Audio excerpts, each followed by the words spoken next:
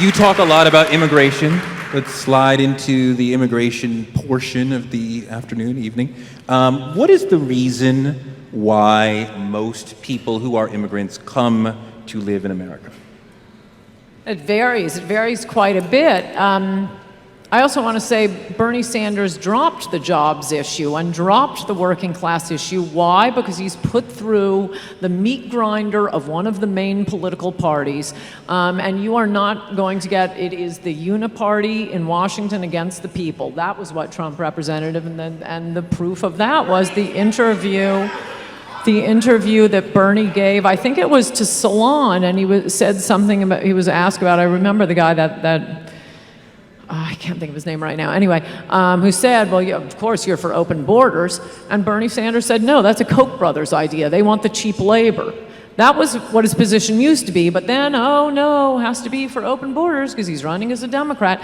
That is what hurts the working class, the low-wage workers more than anything else. We're just going to keep dumping more low-wage workers on the country. And that is in answer to your question. I mean, a lot of them are coming for the welfare benefits now. As Milton Friedman said, you can't have a welfare state and open borders. And we're getting a lot of that now.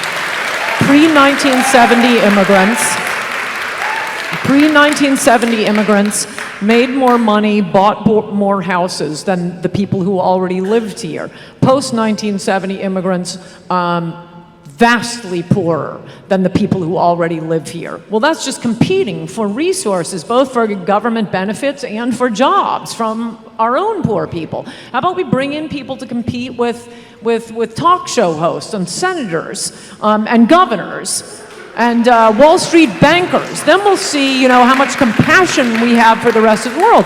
But Mark Zuckerberg doesn't want somebody to compete with him for his job. He wants to bring in people to compete for his landscaper's job.